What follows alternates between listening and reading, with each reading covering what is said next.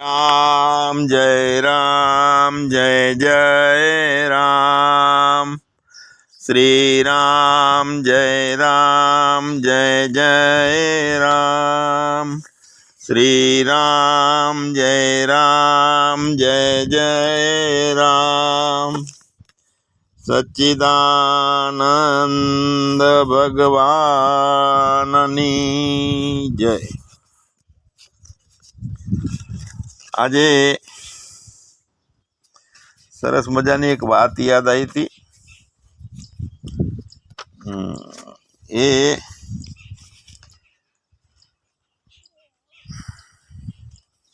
પરમાત્મા પોતે સ્વયં આત્મબોધ આપતો નથી, કારણ કે પરમાત્માને મન બુદ્ધિ નથી, ને વિષયો નથી, ને ઇન્દ્રિયો નથી, ને વાણી નથી। તો ભગવાન પરમાત્માની જેને અનુભૂતિ થઈ છે, તો એવા મહાત્મા દ્વારા આત્મબોધ વ્યક્ત કરે છે। પરમાત્મા પોતે આપી શકતો નથી ડાયરેક્ટ,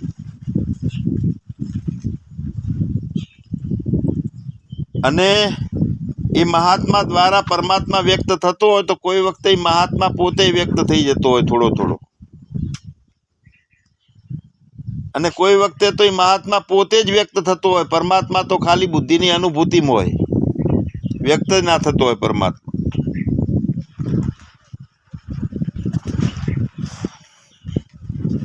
એટલે ભગવાનની આપણે ઉપાસનાઓ કરીએ, ભક્તિ કરીએ, સાંભળીએ, મનન કરીએ, નિધિ ધ્યાસન કરીએ, સાકાર સ્વરૂપની ઝાંખી એ કરી શકાય, પણ તત્વતઃ પોતાના સ્વરૂપની પ્રાપ્તિ કરી શકાતી નથી। એ રીતે સાકાર સગુણ જે સ્વરૂપ છે, પ્રત્યક્ષ વ્યવહાર કરતું હોય છતાં એમાં આવરણ અને વિક્ષેપની શક્તિ કામ કરતી હોય, એટલે અવિદ્યા કામ કરતી હોય એમ। અર્જુન ભગવાન પાસે મનને વશ કરવા માટે કેટલી દલીલો કરે છે કે મનને વશ કરવું અઘરું છે ને બાંધી શકાતું નથી, પવન કરતાં એની તાકાત વધારે છે, મારે શું કરવું? તો ઘણી બધી શાસ્ત્રોમાં ઉલ્લેખ છે ને ઘણા સંતોના આપણે ચરિત્ર સાંભળીએ ભક્તોના, તો ભગવાનના રૂપને બધાય જાણતા હોવા છતાં એ ભગવાન દ્વારા એમને તાત્વિક સ્વરૂપની પ્રાપ્તિ નથી પણ થયેલી એમ। એટલે ભગવાનના સ્વરૂપને જાણવું અને એના તાત્વિક સ્વરૂપની પ્રાપ્તિ થવી, એ તાત્વિક સ્વરૂપની પ્રાપ્તિ એટલે અડોલ, અપ્પો દીપો ભવ, અડોલ।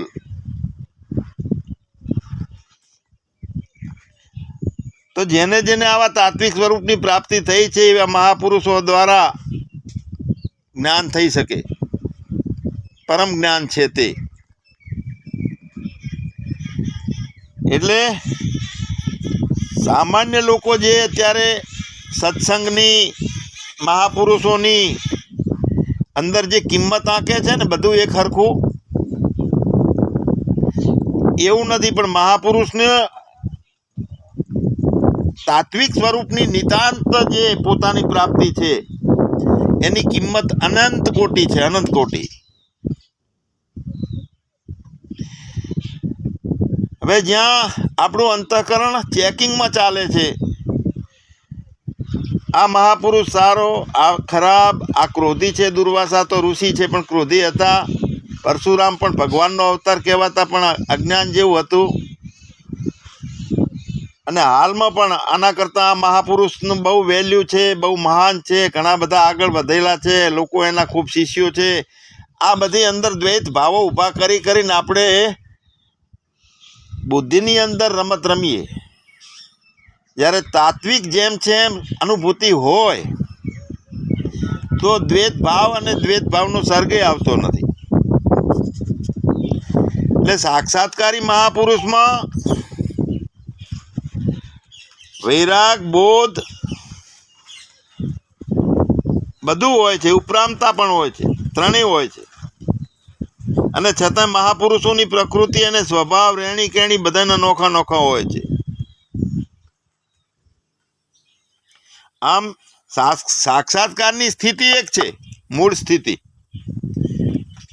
અને એમાં અલગ અલગ ભેદ હોય છે. મહાપુરુષોમાં ભેદ હોય છે, તત્વતઃ સ્વરૂપમાં ભેદ નથી હોતો. ઘણી વખત આપણે કોઈ મહાપુરુષના નજીક પણ નથી જઈ શકતા, અને ઘણા મહાપુરુષો એવા હોય છે કે એના ખોળામાં બેસી જઈએ, એને ચૂંટલીઓ ભરી શકીએ, એને વઢી શકીએ. તો આવો ભેદ કેમ રહી ગયો બંનેમાં? છે તો સાક્ષાત્કારી બે, એક જ સ્વરૂપને જાણવા વાળા છે.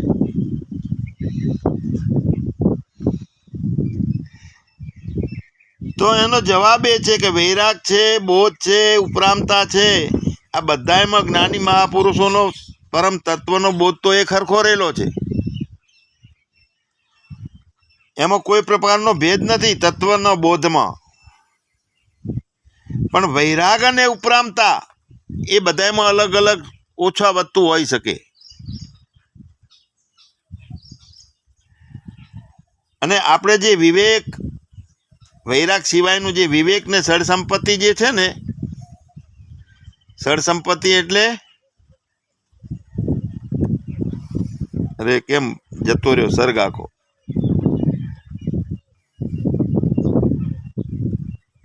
સળ સંપત્તિ એટલે વિવેક ને વૈરાગ આવી ગયો, અને સમ, દમ, ઉપરતિ અને શ્રદ્ધા, સમાધાન, અને છેલ્લે મુમુક્ષા. તો વૈરાગની અંદર વિવેક અને સળ સંપત્તિનો સમાવેશ થઈ જાય છે વૈરાગમાં. એમ એક બધું એની અંદર છે. હવે ઉપરામતા જે છે ને, એની અંદર એકદમ પરમ શાંતિ, પરમ ઠંડક અંદર, અને કાયમ માટે ક્ષમતા, એ ઉપરામતામાં છે.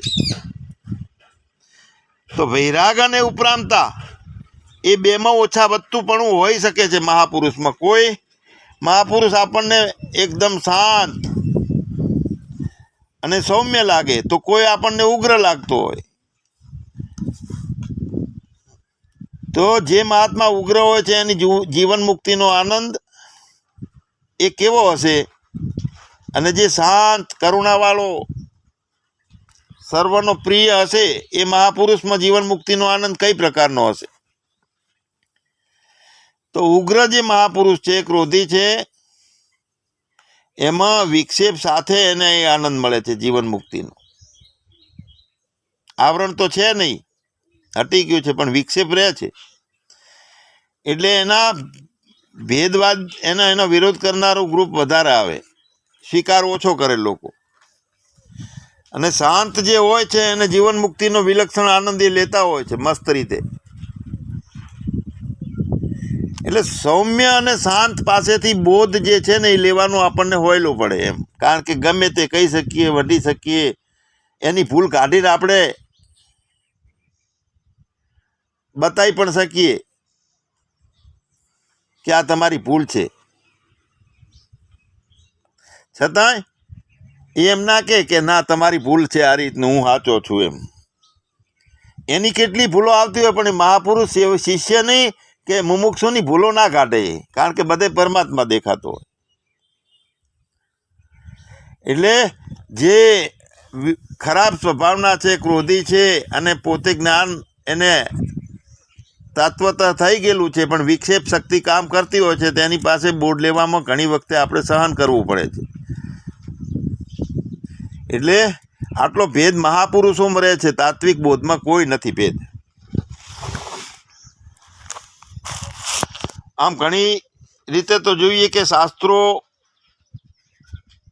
આત્મબોધ કરાવનારા, શાસ્ત્રોથી આત્મબોધ કરાવનારા મહાપુરુષોના લક્ષણોમાં એ બ્રહ્મક્ષોત્રિય અને બ્રહ્મનિષ્ઠ આવા બે લક્ષણો બતાવ્યા છે.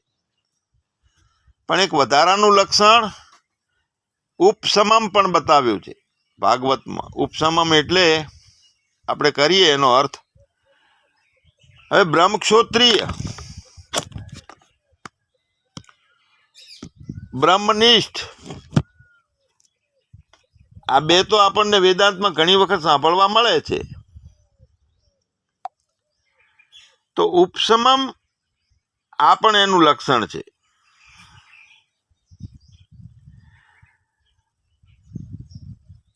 એટલે સદગુરુની જ્યારે વાત આવે છે, બોધ આપણે જેની પાસેથી લઈએ છીએ, ઠરીએ છીએ, અંદર રિઝલ્ટ આવતું હોય છે, દેખાય છે, તો ફક્ત એટલું જોવાનું નથી કે ગુરુ બહુ બોલે છે એટલે અને સારું બોલે છે એટલે લોકો માને છે ને એનો બોધ થાય છે. એ મુખ્ય પ્રશ્ન નથી અહીંયા. સારું બોલવું ને સારો સત્સંગ થાય છે ને બહુ સારો સત્સંગ છે એટલું સમજીએ ને તો મોટી ભૂલ છે. ગુરુ શિષ્યના અજ્ઞાનને દૂર કરી અને પોતાનો વાસ્તવિક તું કોણ છે જેમ છે એમ પોતાનો બોધ કરાવી શકે. પણ હવે અહીંયા બોધ કરાવી શકે એટલે એવા અર્થમાં છે કે પૂરેપૂરી ભ્રાંતિઓનું નિવારણ કરાવવાની ક્ષમતા એની અંદર હોય છે. પણ છેલ્લે આપણી શ્રદ્ધા અને સહજતા અને સરળતા છે ને એનાથી બોધ થાય છે. એમાં 3 પ્રકારના છે મહાપુરુષો, ગુરુ સદગુરુ જેને કહી છે. એક શ્રોત્રિય કીધો છે, એક બ્રહ્મનિષ્ઠ કીધો છે અને એક ઉપશમમ. એ ભાગવતમાં વર્ણન છે, ગીતામાં એનું નથી. શ્રોત્રિય એટલે જે શાસ્ત્રને ગુરુ પરંપરાથી સારી રીતે સાંભળીને સમજ્યા હોય, શાસ્ત્રને સમજ્યા હોય અને શાસ્ત્રનો બોધ શિષ્યને કરાવી શકે. એટલે ફક્ત પુસ્તકો વાંચ્યા હોય, શાસ્ત્રો વાંચ્યા હોય એટલું પૂરતું નથી. એમ ગુરુ પરંપરાથી યોગ્ય રીતે શિષ્યને શાસ્ત્રને સમજાવી શકે. હવે શિષ્યના પ્રશ્નો હોય છે એની અંદર કે હું આત્મા છું, મને આત્માનો અનુભવ કેમ થતો નથી, તો એ ગુરુ શાસ્ત્રના સિદ્ધાંતો પ્રમાણે સમજાવી શકે અને એમ પણ કહી શકે કે તમારે નવો આત્મા પ્રાપ્ત કરવાનો નથી, તમે જ છો તે. અજ્ઞાનને કારણે આ ઓળખ શરીર સાથે મન સાથે આપણે કરી લીધી છે, તે ભ્રાંતિ છે ને એ ઓળખ દૂર કરવી છે અને કરવી જોઈએ. આ ક્ષોત્રિય ગુરુનો બોધ કહેવાય. આ શાસ્ત્રોના અભ્યાસવાળા ગુરુ પરંપરાથી શાસ્ત્રને અનુભવેલા હોય. હવે બ્રહ્મનિષ્ઠનો બોધ કેવો હોય? બ્રહ્મનિષ્ઠ એટલે જેને પોતાનું ચિત્ત પોતાના સ્વરૂપમાં સ્થિર થઈ ગયું છે. ચિત્ત પોતાના સ્વરૂપમાં સ્થિર થઈ ગયું છે, તો એ ફક્ત એવું કહેતા નથી કે આત્મા બધે છે, ઓળખી લો, પણ પોતાના જીવનમાં પણ આત્મજ્ઞાનની એની ઝલક દેખાતી હોય. આત્મા બધે છે અને એક રૂપે છે ને તે હું એનાથી અલગ ક્યાંય નથી, એવી એની પોતાની સ્થિરતા હોય છે આત્મજ્ઞાનની. અને એવી સ્થિરતા જેમ આપણે 3 અવસ્થાઓમાં ઊંઘીએ છીએ ને સપનું આવે છે ને જાગીએ છીએ, એમ 3 અવસ્થા જેવી સ્થિરતા નથી એની આત્મજ્ઞાનની. વ્યવહાર આવે એટલે સ્થિરતા બદલાઈ જાય અને પછી છતાંય કહીએ કે હું તો એમનો એમ છું, મને ક્યાં આડે છે, એવું નહીં. સુખ આવે તો ઉછળી ના જાય, દુઃખ આવે તો અંદરથી તૂટી ના પડે, ઢીલો ના પડે. કોઈ પદ મળે, માન આપે, સારું એને બોલે તો એને અહંકાર નથી, ઉપરથી જતું રહે. અને કોઈ ધક્કો મારીને બહાર કાઢે કે ના તમે યોગ્ય નથી, તમારો સત્સંગ નથી સાંભળવો, તોય એને વેર ના થતું હોય. કેમ કે એની દ્રષ્ટિ શરીર અને પરિસ્થિતિથી આગળ ચેતનમાં સ્થિર થઈ ગયેલી છે. આ બ્રહ્મનિષ્ઠની વાત કરું છું. હવે ઉપશમ એટલે એકદમ શાંત. મનના રાગ દ્વેષ ક્રોધ અશાંતિ બધું મટી ગયેલું હોય. ઉપશમ એટલે મટી ગયેલો. તો આ મટી ગયેલો છે એ મોટું લક્ષણ છે. કોઈ શિષ્ય ભૂલ કરે અને ગુરુ તરત ગુસ્સે થઈ જાય, પછી બદલો લેવાની ભાવના રાખે, અહંકારથી દુઃખી થાય, તો આપણે એ વખતે શું વિચારવાનું છે કે એની અંદરથી મટેલાપણું કેટલું છે એ જોવાનું. હવે સાચો જે મટેલો છે એ મહાપુરુષની શાંતિ માત્ર ફક્ત એકાંતમાં નથી દેખાતી. એ શાંતિની પરીક્ષા માણસોની વચ્ચે થાય છે, ભીડની વચ્ચે થાય છે. કોઈ વખાણ કરે ત્યારે પણ એની પરીક્ષા થઈ જાય કે કેટલું માથે લે છે. કોઈ ટીકા કરતો હોય ત્યારે ખબર પડે પરીક્ષામાં કેટલો ડીપી લોડ થઈ અને અંતઃકરણમાં આવ્યો એ. કોઈ માન આપે ત્યારે પણ એની શાંત હોય અવસ્થા, અપમાન કરે તો શાંત હોય, એકરૂપતા હોય આત્માની. તો આ વાતો મહાપુરુષના વર્ણન માટે નથી કરી, આપણે આપણા ગુણ શિષ્ય માટે આ બધા જરૂરી છે. કેવી રીતે? તો મુમુક્ષુને અભ્યાસુને જ્ઞાન જોઈએ છે, તો સદગુરુમાં આ 3 ગુણ જરૂરી છે. કેમ કે ક્ષોત્રિય છે એ માર્ગ બતાવે છે શિષ્યમાં, શિષ્ય પોતે મુમુક્ષુ છે તે અજ્ઞાનમાં છે, એટલે એને માર્ગ જોયેલો નથી, એટલે ક્ષોત્રિય હોય તે માર્ગ બતાવી શકે શાસ્ત્રોનો આધાર આપીને. કારણ કે જે આ યાત્રામાં જોઈન્ટ થાય છે એને ખબર નથી કે હું કોણ છું, તો શાસ્ત્રના પ્રમાણથી સમજાવી શકે તે ક્ષોત્રિય. એ કહે કે તું જે શરીરને હું કહે છે તે તું નથી, શરીર તારો અનુભવનો વિષય છે, મન પણ તને દેખાય છે, વિચારો પણ આવે જાય છે, તો આ બધાનો સાક્ષી છે તે તારી ચૈતન્ય સ્વરૂપ સત્તા છે. આ તો આ રીતે શાસ્ત્રનો આધાર લઈ અને આપણને બતાવી શકે. મતલબ શું થયો કે એ અજ્ઞાન ઉપર પ્રહાર કરે છે ક્ષોત્રિય. હવે બ્રહ્મનિષ્ઠ જે છે ને એ બોધને જીવંત બનાવે છે, પોતાના આત્મ સ્વરૂપને. જો બુદ્ધિની અંદર સમજવું, અજ્ઞાન ઉપર ઘા પડવો, અહંકાર મોળો પડવો એક વાત છે, અને બીજી વાત છે કે બોધને જીવંત બનાવવાનો. સતુ દીર્ઘકાલમ નૈરંતર્યમ સત્કારાર્થ સેવિતો દ્રઢભૂમિ. સતતમ યોગી આ શબ્દ વાપર્યો છે શાસ્ત્રોમાં. જીવંત બોધ એ બ્રહ્મનિષ્ઠ બનાવે. આપણે મુમુક્ષુ તરીકે ઘણી બધી વાતો સાંભળીએ છીએ, પણ પ્રશ્ન રહે છે કે આ જ્ઞાન જીવનમાં કેવી રીતે જીવવું. તો અહીંયા બ્રહ્મનિષ્ઠ જે છે એ જીવન જ, એનું જીવન જ છે, એ જ બોધ છે, એનું જીવન જ શિષ્ય માટે શિક્ષણ બની જાય. મહર્ષિ રમણનું આ જીવન હતું એમ કે એની પાસે જઈને બેસતા એટલે બોધ થઈ જતો. અમારે સ્વરૂપાનંદ સ્વામીજી, આમાંથી લગભગ કોકને જ ખબર છે, ભાઈને એમનો અનુભવ, એમના ઘેરે ભોજન લીધેલું છે એમને, તો એમની પાસે બેસીએ ને એમનું જીવન જોઈએ ને એટલે આપણને શાસ્ત્રો વાંચવાની જ જરૂર ના પડે. બોધ મળી જાય આપણને, ઘણું બધું શીખવા. સહજતા, સરળતા, ભેદભાવ રહિતતા, પ્રેમ, કરુણા બધું એમનામાં શીખવા મળે. અજ્ઞાની લોકો વચ્ચે બેઠા હોય, બધા અજ્ઞાનમાં ચાલતા હોય, તો કોઈ દાડો એમને કોઈ ના કીધું કે તું અજ્ઞાની છો. એને જ એમ જ કીધું કે તું આત્મા છો, મને બીજું કઈ દેખાતું નથી, કોણ અજ્ઞાની છે આમાં? તો આ જ્ઞાન જે છે એ ફક્ત બોલવાની વસ્તુ નથી, જીવન જીવી શકાય છે તે બોધ કહેવાય, તે જ્ઞાન કહેવાય. હવે અંદરની શાંતિનો માર્ગ એનું જીવન બતાવતો હોય, ઠરી ગયેલો હોય, મટી ગયેલો હોય, ત્યારે અંદરની શાંતિનો માર્ગ ઓટોમેટિક ચેતના પકડી લે. એટલે એકમાંથી બીજો ચેતના, એક ચેતના બીજી ચેતનામાંથી શાંતિ ખેંચી લે, ટુ ડ્રો આઉટ. શિક્ષણનો સાચો અર્થ છે કે એકનું બીજામાં લાદવાનું નથી.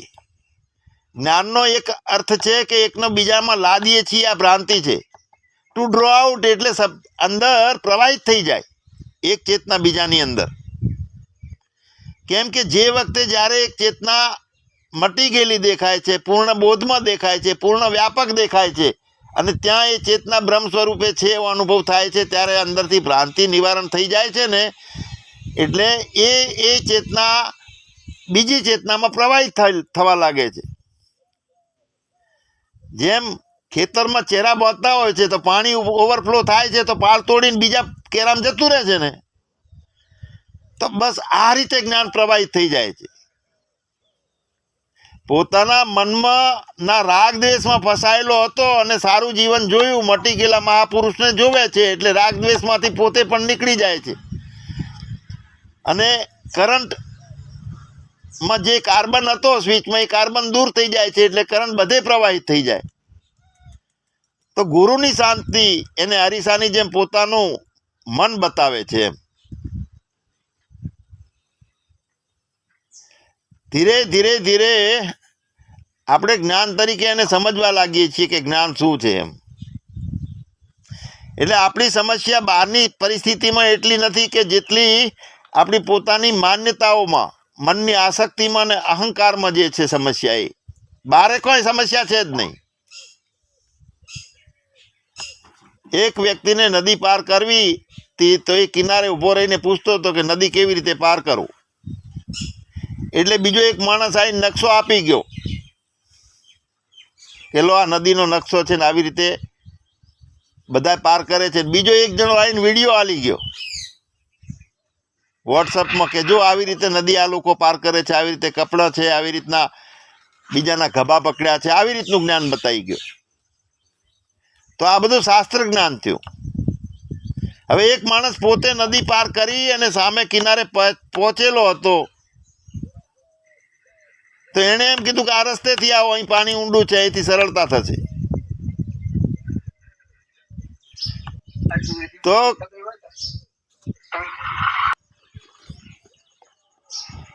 એટલે વૈરાગ અને ઉપરામતા જ્ઞાનની તૈયારીમાં ખૂબ જરૂરી છે, મહત્વનો છે, પણ સાધનો છે આ વૈરાગ અને ઉપરામતા. અને જ્ઞાન થયા પછી પણ જીવનમાં મનના જૂના સંસ્કારો શાંત કરવા માટે એનું મહત્વ રહે છે. એટલે વૈરાગ એ મનને વિષયોથી હળવું કરે, ઉપરામતા એ મનને બહારના વિષયોમાંથી અંદર વાળે. શ્રવણ મનન આત્મતત્વનો નિશ્ચય કરાવે. પણ બોધ જે છે ને, એ બોધ છે તે હું બ્રહ્મ છું એવો અજ્ઞાનનો નાશ કરે છે. હું બ્રહ્મ છું પોતાનું તત્વતઃ જાણી લે અને અજ્ઞાનનો નાશ થઈ જાય છે પછી. એટલે વૈરાગ બદલાઈ શકે, ઉપરામતા બદલાઈ શકે, કારણ કે મનની સ્થિતિ પ્રમાણે વધઘટ થાય છે એમાં. પણ હું શરીર મનથી નોખો ચૈતન્ય સ્વરૂપે છું એવો આત્મબોધ છે પોતાના, તો એ નિશ્ચયમાં વધઘટ નથી હોતી. સૂર્યના પ્રકાશમાં વાદળો ઘણી વખત ઓછો વધારે પ્રકાશ દેખાતો હોય વાદળાના કારણે આપણને. અત્યારે નથી પ્રકાશ ને, હમણાં ખરા બપોરે તડકો પડશે તો સૂર્ય કાંઈ ઓછા વધતો નથી થતો. એટલે ભગવાન મનની પરિપક્વતા લાવવી છે, મનને શાંતિ લાવવી છે, સતત પોતાના અંતર્મુક્તા રાખવી છે, તે અલગ વાત છે. અને પોતાના સ્વરૂપનો નિશ્ચય છે એ અલગ વાત છે. એટલે વૈરાગને પકડીને નથી બેસવાનો, ઉપરામતાને પકડીને નથી બેસવાની, બહારના જીવનોની ખટપટમાં પડવાનું નથી. બધાના સ્વભાવો સંસ્કારો નોખા નોખા હોય. બોધ એક છે, સત્યને ઓળખવાનું. ઓળખ્યા પછી પકડવા માટે કશું બાકી રહેતું નથી, એવી એક ભૂમિકા થઈ જાય છે.